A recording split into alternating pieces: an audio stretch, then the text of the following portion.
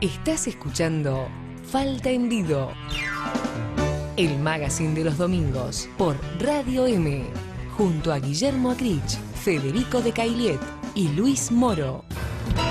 Bien, comenzamos el segundo bloque de este Falta en Vivo, el magazine para toda la provincia de Santa Fe. Estamos por esta gran familia que es Radio M. No dijimos nada en el prólogo, en el comienzo, pero sí dijimos que íbamos a tener destacadas figuras y grandes entrevistas a lo largo de esta mañana de acá al mediodía. Y vaya que lo es esta figura con la cual tenemos la posibilidad de conversar ahora, que ya la tuvimos y que ya tuvimos la posibilidad de poder dialogar con ella el año pasado, en el primer año del ciclo. Estamos hablando de la diputada nacional Margarita Stolbizer, Luis. Precandidata a presidenta por el Frente Amplio Progresista. Ella es referente de Generación para un Encuentro Nacional, más conocido como el GEN.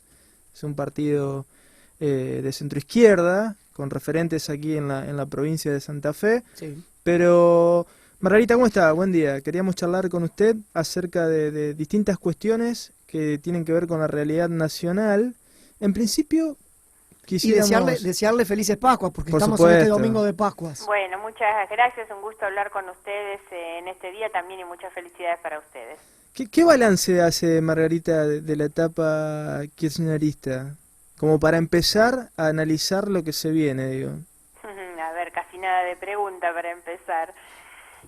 Bueno, Más tenemos que allá partir de algún lugar, ¿no? Claro, más allá del relato instalado obviamente con mucha eficacia en términos comunicacionales, porque el llamado relato kirchnerista ha logrado penetrar en muchos sectores de la sociedad y en muchos lugares ha llegado a calar, incluso haciendo creer algunas cuestiones del kirchnerismo como verdades que en realidad no lo son, ¿no? Sobre todo esto se ha ido cayendo un poco la careta con el tiempo, pero en algún momento al comienzo de la gestión de Néstor incluso habían hecho creer a mucha gente que eran transparentes y que eran progresistas. Se les ha ido cayendo tanto la careta que terminan de la peor manera, ¿no? Que después de haber sido el gobierno que bajó el cuadrito de Videla, generando una fuerza emocional y simbólica muy grande en mucha gente, terminan con un militar acusado, sospechado de violar los derechos humanos como es Milani, como jefe del ejército, ¿no? Claro. Después de haber pasado durante los últimos tiempos con el proyecto X para espiar a personas y organizaciones sociales, la ley antiterrorista, ahora recientemente la reforma de la ley de inteligencia. Entonces digamos que aún pensando en esta que ha sido una de las banderas históricas del gobierno kirchnerista, no terminan de la mejor manera y el balance termina siendo negativo. Si nosotros tomáramos en cuenta también el otro aspecto del relato, cuando dicen que esta ha sido la década ganada, es una década ganada solamente si uno mira los lugares donde viven, las cuentas en los bancos nacionales y en el exterior que tienen, los incrementos de fortuna imposibles de justificar. Desde ese punto de vista, para todos estos funcionarios ha sido una década ganada. No hay memoria en la historia democrática de la Argentina de ningún otro gobierno que tenga tanto funcionario enriquecido, ¿no? Solamente por haber ocupado funciones públicas. La idea del Estado usado como un botín de la política, ¿no? Para el resto de los argentinos, lejos de ser una década ganada, ha sido una década desperdiciada en oportunidades, porque les tocó gobernar en los años de mayor crecimiento económico, con superávit fiscal, con las condiciones económicas externas e internas extraordinarias, y sin embargo todo eso se ha desaprovechado porque no hubo una discusión de un proyecto de país, no hubo el despliegue de un proyecto de desarrollo estratégico para la nación, promoción de las economías regionales, no se ha sacado de la situación de pobreza a nadie. A mí me llama la atención que siguen utilizando como bandera, después de todos estos años y de manejo de tantos recursos, siguen hablando como la gran obra del gobierno de la asignación universal, que primero que nada no es universal, y la verdad es que el gobierno debió haber tenido como resultado a esta altura y después de tanto manejo económico, haber podido mostrar otros números en términos de promoción de derechos sociales y no simplemente una asignación universal, ¿no? Además, bastante duro el diagnóstico, Margarita, pero hablando puntualmente de la asignación universal por hijo, lo que uno entiende es que debería ser teóricamente una medida Universal. sí, además de universal, momentánea, y después tender a la generación de trabajo genuino, ¿no? Claro, Eso bueno, sería lo ideal. esa es la idea o el concepto justamente de la necesidad que tenemos de salir de un sistema de asignaciones o de beneficios para pasar realmente a la promoción del empleo, un empleo digno, genuino, con ingresos suficientes. No está mal de la universalidad del ingreso, esto Por es algo que supuesto. nosotros planteamos antes, que no se llamaba asignación universal, sino ingreso ciudadano a la niñez, pensado en que todos los niños solo por el hecho de nacer recibían este beneficio, pero pensado no como un beneficio en su condición de pobre, sino como el reconocimiento a un derecho de la persona, un derecho ciudadano. Por eso la idea de la universalidad, que no diferenciaba la condición de pobreza que tiene que tener el que recibe.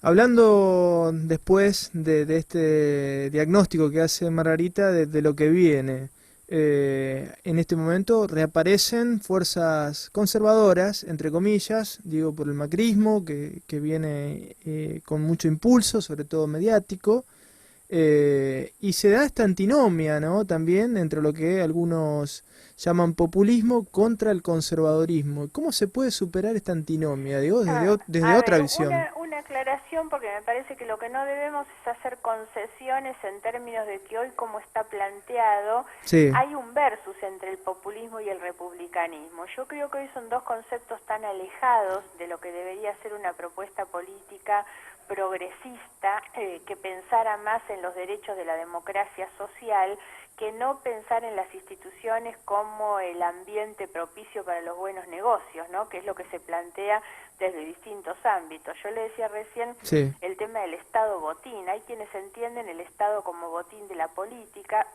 y se llenan los bolsillos o lo utilizan para la práctica del clientelismo con los pobres que terminan tributando en el proyecto político del que reparte. Y también están los otros que desde el discurso pro-republicano lo que buscan es garantizar buenos negocios para los grupos económicos.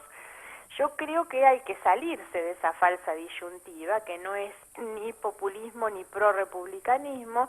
Para nosotros el eje es la democracia social, es la democracia pensada como garantía de los derechos sociales para todas las personas.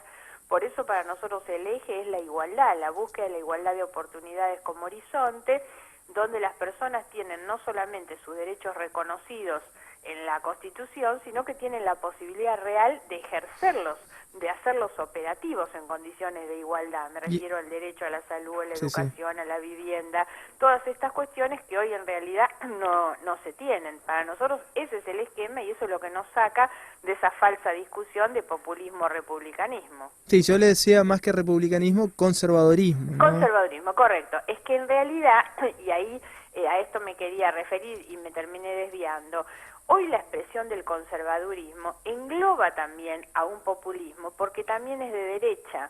Hoy lo que nosotros vemos es que los tres candidatos instalados, visibles, más taquilleros, dentro de los que están Massa, Scioli y Macri, no hay diferencias entre los tres. Es imposible pensar que alguno de ellos sale de un esquema distinto, porque Scioli es el representante, digamos, de la continuidad frente a lo que algunos dicen continuidad o cambio. La verdad, el cambio puede ser un cambio vacío de contenido, un cambio que implique retroceso, y lo otro es que la continuidad de Scioli ni siquiera es la continuidad de las cosas buenas que pudieron haber habido durante todo este tiempo, sino que es claramente una continuidad que va hacia el sector más conservador.